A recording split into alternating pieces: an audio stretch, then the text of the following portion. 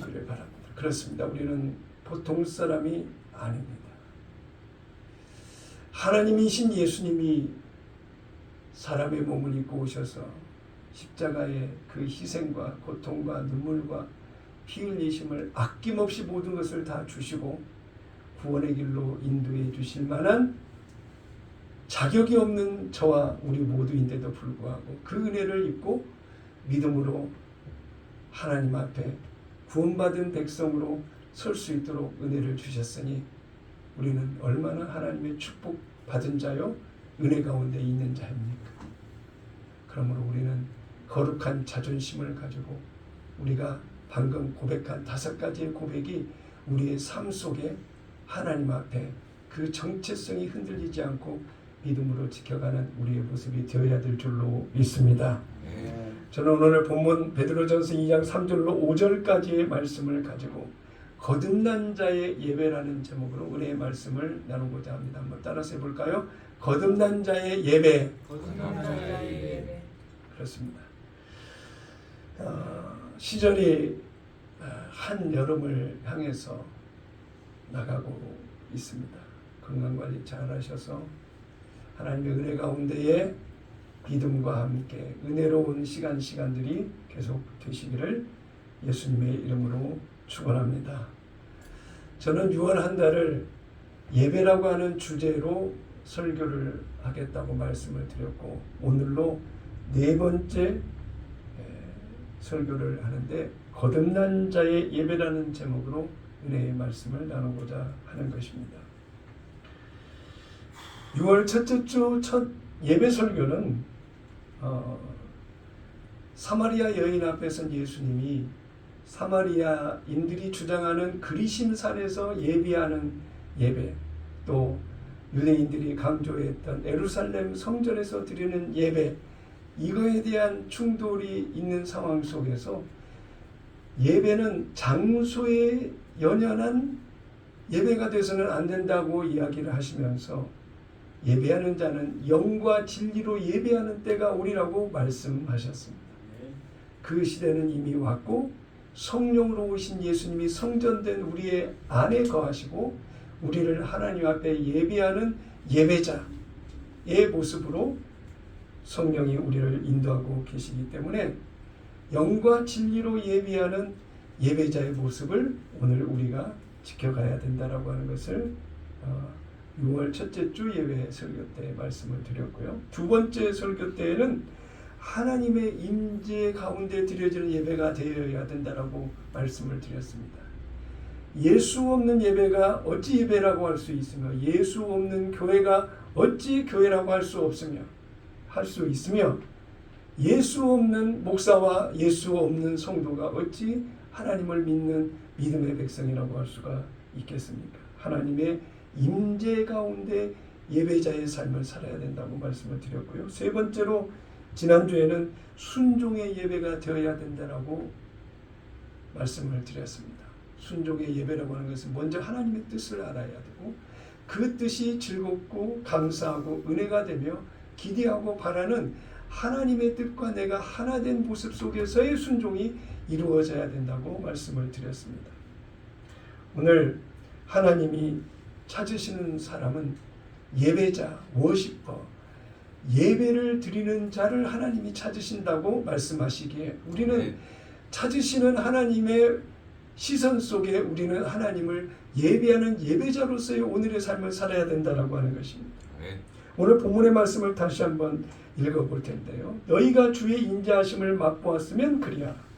사람에게는 버림받아 되었으나 하나님께는 택하심을 입은 보배로운 산돌이신 예수께 나아가 너희도 산돌같이 신령한 집으로 세워지고 예수 그리스도로 말미암아 하나님이 기쁘게 받으실 신령한 제사를 드릴 거룩한 제사장이 될지니라고 말씀하고 있습니다. 여기에서 산돌이신 예수는 우리가 예배하는 예배의 대상이 산돌이신 예수 그리스도를 말하는 것이고요. 예수께 나와라고 하는 것은 예배의 대상자로 우리가 하나님의 부르심을 받아 초청을 받는 것을 말합니다. 그래서 오늘 하나님께 드리는 오늘 이 예배에 여러분은 초청을 받은 믿음의 하나님의 백성으로 하나님 앞에 예배의 모습에 함께하는 하나님께서 초청하신 자라고 하는 것을 기억하셔야 됩니다. 세 번째로 기쁘게 받으실 신령한 제사는 예배라고 말할 수가 있고요. 거룩한 제사장이 될지니라 라고 하는 것은 예배하는 자의 삶을 살아야 된다고 우리에게 요구하고 있는 내용의 말씀인 것입니다. 예배의 대상을 바로 알아야 올바른 예배라고 할 수 있는 것입니다. 예배의 대상인 하나님을 왜곡하여 육신의 생각과 마음으로 그 예배의 대상인 하나님을 스스로의 판단과 기준으로 예배의 대상을 자기 기준으로 만드는 사람들이 너무나도 많이 있습니다. 잘못된 교회요, 잘못된 목회자요, 잘못된 예배자의 모습이라고 할 수가 있습니다. 그러나 하나님 앞에 진정으로 하나님께서 받으시는 예배는 거듭난 자의 예배를 받으신다라고. 여러분은 거듭남이라고 하는 내용의 그 단어는 하나님의 생명으로 다시 태어난 자의 예배를 얘기하는 거예요. 그러므로 거듭나지 않고서는 하나님의 나라를 볼 수 없다라고 예수님이 얘기하셨는데, 거듭난 자의 예배는 하나님의 나라를 볼 수 있는 자, 곧 하나님께서 받으시는 예배를 드리는 자를 바로 거듭난 자의 예배라고 할 수가 있는 것입니다. 오늘 저와 여러분이 드리는 모든 예배가 거듭난 자로서 하나님께서 받으시는, 기대하시는, 찾으시는 그런 예배가 다 되어야 될 줄로 믿습니다. 네. 거듭난 자의 예배는 어떤 예배인가? 첫째로 하나님께 대한 진정한 경배를 드리는 예배가 진정한 거듭난 자의 예배라고 하는 것입니다. 요한계시록 4장 11절을 보니까요, 우리 주 하나님이여 영광과 존귀와 권능을 받으시는 것이 합당하오니 주께서 만물을 지으신지라 만물이 주의 뜻대로 있었고 또 지으심을 받았나이다 하더라 라고 나와 있습니다. 하나님만이 우리의 경배를 받으실 유일하신 하나님이시라. 예배를 헬라어로 찾아보니까 프로스키네오라고 하는 단어입니다. 이 단어의 뜻은 절하다, 엎드리다, 입을 맞추다라고 하는 뜻이 있습니다. 이 프로스키네오라고 하는 이 헬라어 단어에 걸맞는 예배가 예수님 당시의 예배에 대한 생각과 마음이 이렇게 하나님을 경배하는 모습으로 예배가 드려졌다고 하는 것을 인정할 수 있는 것입니다. 우리가 흔히 사용하고 있는 경외한다, 경배라고 하는 말과 같은 의미라고 할 수가 있는데요. 하나님을 경외한다라고 하는 건, 경외라고 하는 말은 하나님을 공경하고 두려워한다라고 하는 거예요. 결국 우리의 구원도 두렵고 떨림으로 너희 구원을 이루라고 하신 말씀도 있지만, 우리가 하나님을 경배한다라고 하는 그 경배에는 하나님을 경외하는 그런 경외심이 예배하는 예배자 우리 모두에게 다 있어야 된다라고 하는 것입니다.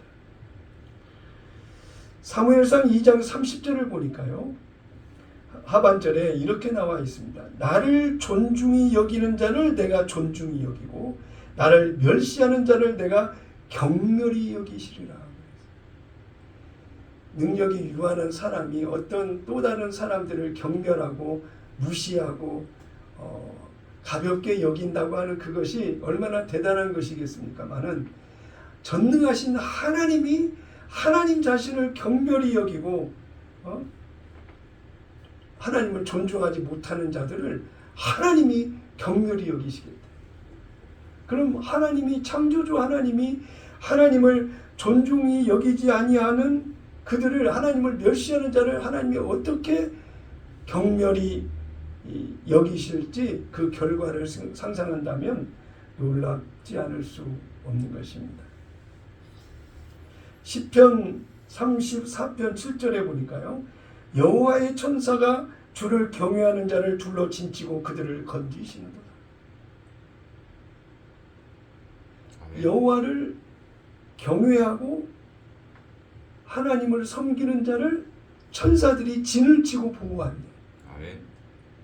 그러니까 예배하는 자를 결코 방치하거나 나중에 알아서 어떻게 되겠지라고 하는 막연함 속에서 하나님과 분리되어져 있는 모습이 아니라 아멘. 하나님의 보내신 천사들이 예배하는 예배자를 진치고 보호한다고 하는. 아멘. 또 34편 9절에 보니까 너희 성도들아 여호와를 경외하라. 그를 경외하는 자에게는 부족함이 없도다. 아멘.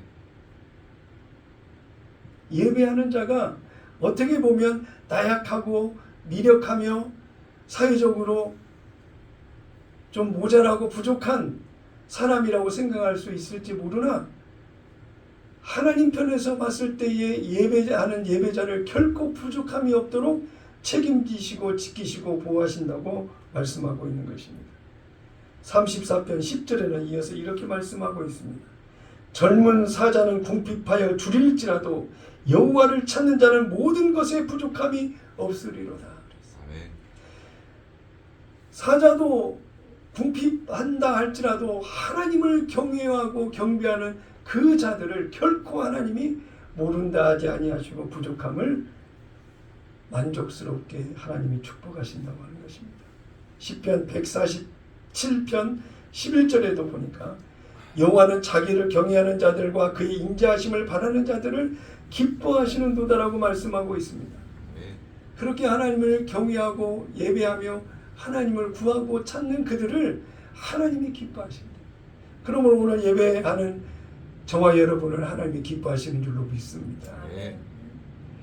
이사야 33장 6절에 보니까요. 내 시대에 평안함이 있으며 구원과 지혜와 지식이 풍성할 것이니 여호와를 경외함이 내 보배니라. 아멘.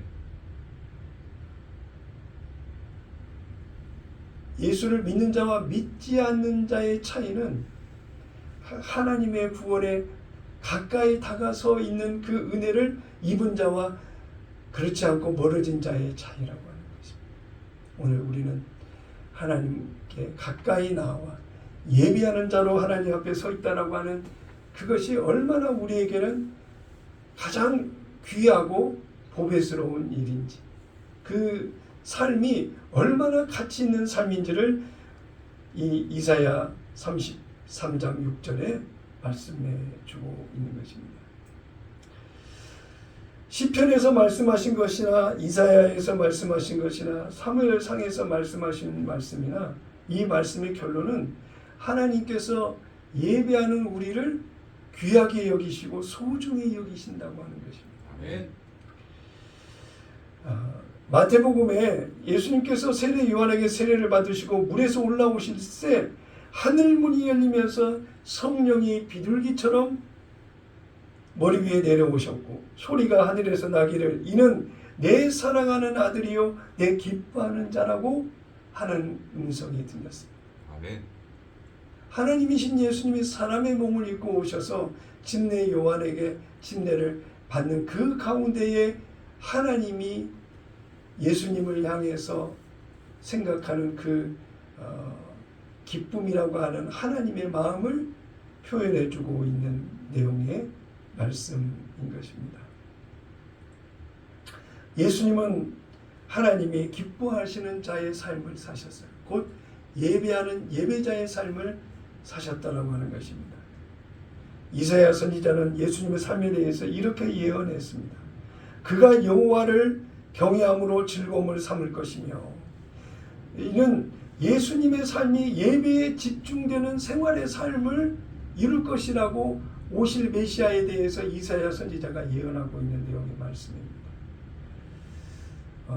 여호와를 경외하며 즐거움을 삼을 것이며 라고 하는 이 단어의 히브리어에서 이야기하고 있는 그 즐거움이라고 하는 그 단어를 찾아보면 그 내용 안에는 무엇에 집중한 것, 마음을 쏟아 부어 몰두한 것을 의미한다고 그 즐거움이라고 하는 단어의 의미의 뜻이 있는데요. 우리가 예배하는 그 예배 가운데에 하나님의 기뻐하시는 기쁨이 우리 안에 있다라고 하는 그 사실이 생활의 삶 속에서 우리가 하나님께 예배하는 자의 삶을 살아가면 그 생활 속에 하나님의 기쁨이 항상 함께 하신다라고 하는 내용의 말씀인 것입니다. 이스라엘의 마지막 사사요 제사장이었던 엘리 제사장의 이야기를 여러분 기억하시죠? 블레셋과의 싸움에서 하나님이 이 엘리 제사장의 집안을 아주 폭망을 하게 만드십니다. 블레셋과의 싸움에서 두 아들이 나가서 두 명이 한꺼번에 전사를 하고요. 그 두 명의 자식이 죽었다는 얘기를 전해들은 임신한 며느리가 아이를 낳다가 며느리까지 죽어버리는 결과를 가져오고요.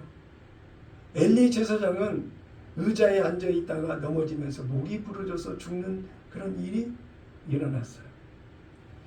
그 엘리 제사장 집안에서 예배를 담당하는 그 예배의 그 중보자가 하나님을 진정으로 예배하지 못하고 성전에 예물을 따로 취하고 그들의 거룩성이 보이지 않고 하나님께서 책망받을 만한 일들을 그들이 행했던 그 결과가 하나님의 놀라운 엘리 제사장의 그 폭망을 하는 그런 결과로 하나님이 보이신 것을 우리는 성경을 통해서 기억합니다. 사무엘상 2장 17절 29절에 보니까요. 이 소년들의 죄가 여호와 앞에 심히 크면 그들이 여호와의 제사를 멸시함이었더라 그랬어요. 엘리 제사장의 두 아들이. 너희는 어찌하여 내가 내 처소에서 명령한 내 제물과 예물을 밟으며 내 아들들을 나보다 더 중히 여겨 내 백성 이스라엘들이는 가장 좋은 것으로 너희들을 살찌게 하느냐 그랬어요.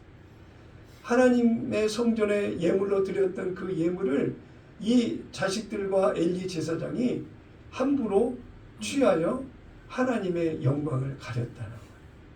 그래서 그들의 결과가 끝이 하나님께서 한순간에 폭망한 결과를 가져왔다라고 하는 것입니다. 거룩한 꿈의 교회 성도 여러분, 하나님의 보호와 축복, 하나님이 기뻐하시고 찾으시는 사람이 되기를 원하신다고 한다면 하나님이 기뻐하시는 예배자의 삶을 매일매일의 삶 속에 살아내시는 거룩한 하나님의 참된 예배자가 다 되시기를 예수님의 이름으로 축원합니다. 두 번째로 거듭난 자의 예배는 하나님의 생명 안에서 드리는 예배자라고 하는 것입니다. 베드로전서 2장 5절에 보니까요. 너희도 산돌같이 신령한 집으로 세워지고 예수 그리스도로 말미암아 하나님이 기쁘게 받으신 신령한 제사를 드릴 거룩한 제사장이 될지니라고 오늘 베드로전서 2장 5절 본절에 본문에서 말씀하고 있습니다. 신령한 제사. 신령한 제사라고 하는 것은 우리의 죽은 율법 안에서 드리는 인간의 노력과 수고, 열심으로 드리는 그런 예배가 아니라 하나님의 생명이 실제 우리 안에서 살아있는 거듭난 자로서의 하나님께 예배하는 그 예배를 살아있는 예배라고 할 수가 있는 것입니다. 결국 율법은 죄와 사망의 법이라고 얘기했고 성령의 법은 생명의 성령의 법이라고 얘기했기에 율법 안에서 머무는 자의 그 예배의 끝은 죄와 사망의 결과를 가져오지만 거듭난 하나님의 백성으로서 성령으로 사라지는 변화 속에 하나님께 예배하는 자는 그 예배를 살아있는 예배, 생명의 예배라고 할 수 있는 것입니다. 로마서 8장 2절에 보니까 이는 그리스도 예수 안에 있는 생명의 성령의 법이 죄와 사망의 법에서 너를 해방하였음이라고 선포하고 있습니다. 해방이라고 하는 단어에는 갇혀 있다라고 하는 말의 의미인데 보이지 않는 율법이라고 하는 굴레에 갇혀서 죄짓고 회개하고 죄짓고 회개하고 반복한 인생을 살았던 자들에게 이제는 성령으로 사라지면 율법이 육신으로 말미암아 연약하여 할 수 없는 그것을 성령으로 오신 예수님이 내 안에서 그것을 이루어 주시겠다라고 약속하신 것이 새 언약이고 생명의 성령의 법인데, 그 생명의 성령의 법 안에서 성령으로 사라지는 변화 속에 살아있는 예배자로 사는 삶을 살아간다라고 한다면, 오늘 저와 여러분이 신령한 예배를 드리는 자, 곧 하나님의 생명 안에서 예배를 하는 예배자라고 할 수 있는 것입니다. 우리는 하나님의 생명이 뭐냐고 거룩한 꿈의 교회 성도 여러분에게 묻는다고 한다면, 여러분은 바로 대답을 할 줄 아셔야 되는데, 여러분은 하나님의 생명이 뭐냐고 묻는 말에 뭐라고 답하시겠습니까? 정확히 한번 얘기해 보세요. 사랑. 하나님의 사랑. 그냥 사랑이라고 하는 주제가 아니라 하나님의 생명이라고 하는 것은 하나님의 사랑을 이야기하는 거예요. 나 개인의 사랑이 아니라 하나님의 사랑. 어떤 성경의 근거를 가지고 하나님의 사랑을 하나님의 거듭난 생명이라고 이야기를 하느냐? 신명기 30장 6절의 말씀을 보면, 내 하나님 여호와께서 내 마음과 내 자손의 마음에 할례를 베푸사 너로 마음을 다하며 뜻을 다하여 내 하나님 여호와를 사랑하게 하사 너로 생명을 얻게 하실 것이며 라고 말씀하고 있습니다. 결국 하나님의 의도와 뜻은 사람의 마음의 할례를 통하여 할례 받은 마음에 하나님의 사랑을 부어주셔서 그 하나님의 사랑에 반응하여 하나님을 사랑하고 이웃을 내 몸과 같이 사랑하며 하나님의 사랑에 반응하는 삶을 살아가는 자들을 하나님이 거듭난 생명으로 여겨주시겠다. 그래서 거듭난 자의 마음의 심령 속에 하나님의 사랑에 알고 반응하는 그 반응이 우리를 이끌어가는 실제된 삶을 살아가야 된다라고 하는 것입니다. 그런 믿음의 변화가 내 안에서 일어났고, 그거에 대한 반응이 변하지 않는 오늘의 나의 모습을 이끌어서 오늘 하나님 앞에 예배하는 예배자로 이 예배에 함께하고 있는 것입니다. 다 같이 동의하시고 나도 그렇습니다라고 생각하시면 아멘 하시기 바랍니다. 아멘. 이렇게 하나님의 생명으로 거듭난 자가 드리는 생명의 예배에는 다음과 같은 특징이 있는데, 세 가지를 여러분께 얘기를 하고자 합니다. 첫째는 성령의 인도하심을 따르는 예배자의 모습이라고 하는 것입니다. 하나님의 생명 안에 있는 예배자는 하나님의 성령이 인도하신 대로 예배하는 예배자의 모습이라고 하는 것입니다. 우리가 육신의 생각이나 감정에 이끌려서 드리는 그런 예배가 아니라, 이렇게 예배를 드려야 되지 않겠느냐라고 어떤 육신의 생각과 경험과 자신의 옳다고 판단하는 그 판단을 가지고 만들어진 예배를 하나님 앞에 드리는 것이 아니라, 성령으로 오신 예수님이 내 안에서 하나님의 사랑을 알고 그 사랑에 반응하는, 사랑에 변화된 인도하심에 그 순종하며 따르는 모습으로 하나님 앞에 예배하는 그 예배가 바로 성령의 인도함을 받고 드리는 예배라고 할 수 있는 것입니다. 요한복음 4장 23절 이유를 봅니다. 아버지께 참되게 예배하는 자는 영과 진리로 예배할 때가 오나니 곧 이때라. 아버지께서는 자기에게 이렇게 예배하는 자들을 찾으시느니라. 하나님은 영이시니 예배하는 자가 영과 진리로 예배할지니라. 성령의 인도함을 받으며 드리는 예배. 어렸을 때부터 예배는 이렇게 드리는 거야. 부모님께, 또 목사님께, 또 교사들에게 배운 가운데에 드려지는 그런 예배가 아니라, 그리고 또 예배라고 할 수 있을지 모르겠지만, 진정으로 성령의 인도함을 받는 예배가 진정으로 하나님께서 받으시는 예배라고 하는 것입니다.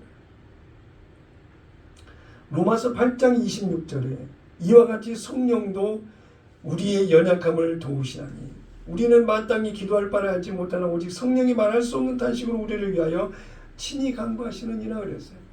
우리의 마음과 생각까지도 이끌어서 하나님 앞에 예배하며 기도하는 기도를 성령께서 인도하시는 그 인도함을 받는 예배가 되어야 된다라고 하는 것입니다. 이러한 예배가 하나님의 생명으로 드리는 예배의 그 예배자의 모습이라고 하는 것입니다.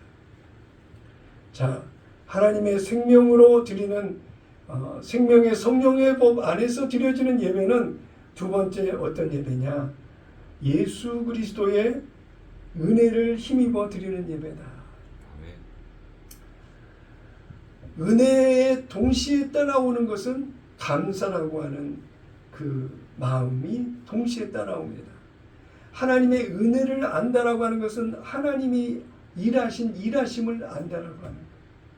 그걸 안다라고 하는 그것이 성령의 가르치심을 따라 하나님의 은혜를 아는 그런 변화된 내 자신의 모습에서 하나님 앞에 진정으로 감사가 내 안에서 시작이 되고 하나님의 놀라우신 사랑과 그 크신 은혜를 안다라고 하는 그 은혜 가운데 우리 안에 있는 하나님의 사랑, 그분에 반응하는 믿음의 수준, 그분을 이해하고 깨닫고 하나님을 알게 되는 그 은혜의 모습이 수준이 자라고 성장하는 거예요. 생명이 자라는 거예요.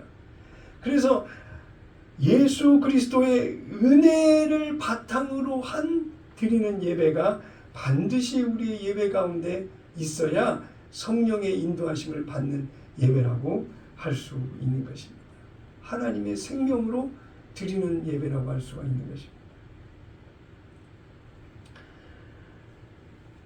우리 예배는 예수 그리스도의 희생, 그 크신 십자가의 사랑과 그 크신 은혜를 입고 예수님의 보혈로 깨끗하게 죄 사함을 받은 용서받은 죄인, 용서받은 의인의 모습으로 하나님 앞에 서는 은혜를 입은 자의 모습이라고 하는 것을 우리는 잊어서는 안 되겠습니다. 에베소서 1장 6절 이후를 보니까요. 이는 그가 사랑하시는 자 안에서 우리에게 거저 주시는 바 그의 은혜의 영광을 찬송하게 하려는 것이다. 감사뿐만이 아니라 하나님을 찬양하고 노래할 수 있다라고 하는 것입니다. 우리는 그리스도 안에서 그의 은혜의 풍성함을 따라 그의 피로 말미암아 속량 곧 죄사함을 받았느니라 그랬어요. 하나님의 은혜가 아니고서는 진정 생명의 예배를 드릴 수가 없다라고 하는 거예요. 은혜의 메마름이 혹시라도 내 안에 있는지를 살펴보셔서 하나님의 은혜를 다시 회복하고 하나님 앞에 진정으로 예배하는 예배자의 오늘의 삶을 살아가시기를 예수님의 이름으로 축원합니다. 히브리서 10장 19절 이후를 보니까요. 그러므로 형제들아 우리가 예수의 피를 힘입어 성소에 들어갈 담력을 얻었나니 그 길은 우리를 위하여 휘장 가운데 열어놓으신 새로운 살 길이요 휘장은 곧 그의 육체니라. 성전에 들어가면 지성소를 가리는 휘장이 있었어요. 예수님의 십자가의 죽음의 사건이 일어난 이후에 휘장이 위로부터 아래로 갈려졌다라고 그랬어요. 하나님을 만나는 지성소의 만남이 예수님으로 말미암아 이제는 가려진 그 휘장이 나누어졌다라고 하는 그 사실이 이제는 성령으로 오신 예수님이 나를 성전 삼고 내 안에서 만나 주시겠다고 하신 약속이 사실로 실현됐다라고 하는 거예요. 그러므로 하나님을 만나는 놀라운 은혜가 거룩한 꾸무교회 여기에서만 하나님을 만나는 것이 아니라 성전된 내 안에서 만나는 변화가 일어났다라고 해요. 그 놀라운 은혜를 깨닫는 그 은혜 가운데에 내가 하나님 앞에 거룩한 생명으로 예배하는 예배자의 모습이 됐다라고 하는 자신을 알아야 된다라고 해요. 하나님의 생명으로 드리는 예배는 어떤 예배인가? 세 번째, 하나님의 기쁨이 되는 예배라는 거예요. 하나님은 예배하는 자를 기뻐 찾으신다고 했잖아요. 오늘 내가 드리는 예배가 하나님이 나를 인정하고 알아주고 나를 만나주시는 은혜의 그 만남이 그 안에는 놀라운 하나님의 영광이 함께하고 기쁨이 함께하는 은혜의 예배가 된다고 하는 것입니다. 빌립보서 4장 18절에 보면 로마에서 가택 연금된 상태에서 사도 바울이 빌립보에 편지를 하면서 이렇게 이야기를 하는 내용이 나오는데요. 에바브라디도에게 예물을 받으면서 사도 바울이 하나님을 기쁘시게 한 것이라고 자신에게 헌금한 그 예물을 고백하는 내용의 장면이 나옵니다. 에베소서 4장 18절 내게는 모든 것이 있고 또 풍부한지라 에바브라디도 편에 너희가 준 것을 받음으로 내가 풍족하니 이는 받으실 만한 향기로운 제물이요 하나님을 기쁘시게 한 것이라. 저는 이 구절을 생각하면서 오늘 예배 가운데 함께 자리하신 우리 박숙희 권사님을 기억하게 됐습니다. 사도 바울이 가택 연금 상태에서 헌금을 에바브라디도에게 받고 나서 그에게 감사의 편지를 하면서 그 예물이 하나님을 기쁘시게 하는 향기로운 제물이 되었다고 얘기를 했는데 저는 40년 전에 예수를 믿는다고 제사상에 절을 안 했더니 아버지한테서 쫓겨났습니다. 그때를 기억하면 1983년도에서 4년도 그 사이인 것 같습니다. 갈 데가 없었습니다. 아무도 받아들여 주는 사람이 없었습니다. 왜냐하면 친척 집에 다 전화를 해서 아버지가 원석이를 받아들이면 인연을 끊을 줄 알라고 고통을 쳐놓으셨기 때문에 가기가 쉽지 않았습니다. 그런데 우리 박숙기 권사님 외삼촌 댁에서 저를 받아들여 주셔서 하루인가 이틀인가 잠을 자고 먹을 것을 제공해 주셔서 참 그 위로를 해주시고 큰 힘이 됐던 시간이었는데요. 40년 지나서 나를 받아주시고 함께 해주신 우리 권사님은 예배자로 함께 해주고 계시고 그 조카는 강단에서 말씀을 전하고 있습니다. 감회가 너무 새롭습니다. 40년이라고 하는 세월이 짧으면 짧고 길면 긴데 그 세월 동안 하나님이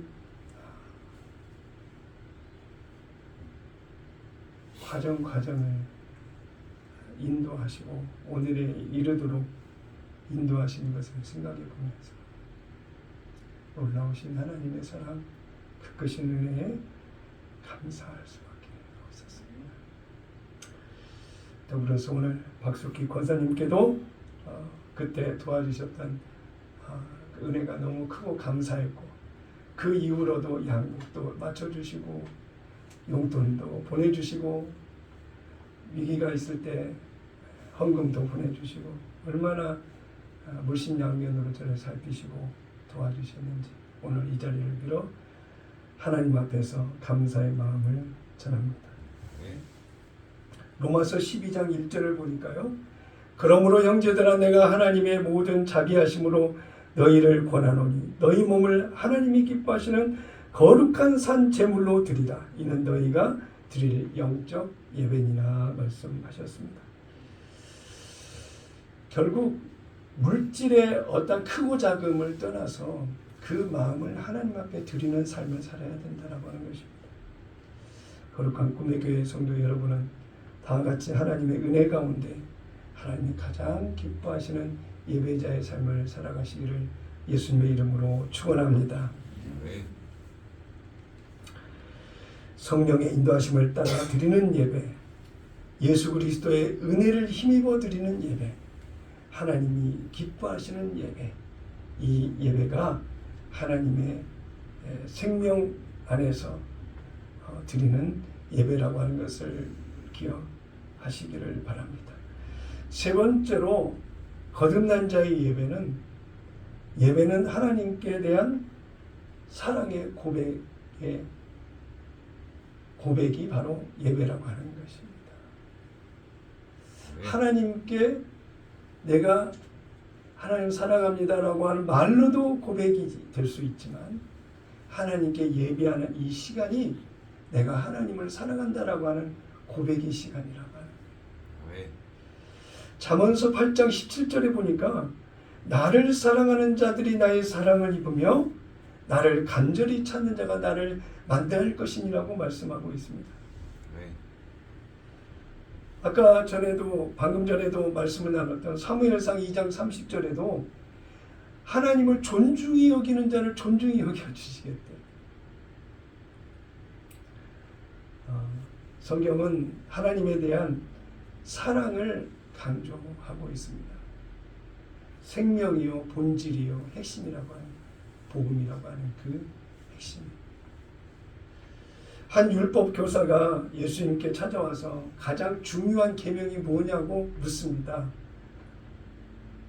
그 교사에게 예수님이 뭐라고 말씀하셨습니까? 마태복음에 22장 37절 이후에 예수께서 이르시되 내 마음을 다하고 목숨을 다하고 뜻을 다하여 주 너의 하나님을 사랑하라 하셨으니 이것이 크고 첫째 되는 계명이요 둘째도 그와 같으니 내 이웃을 내 자신같이 사랑하라 하셨으니 이 두 계명이 율법과 선지자의 강령이니라 그랬어요.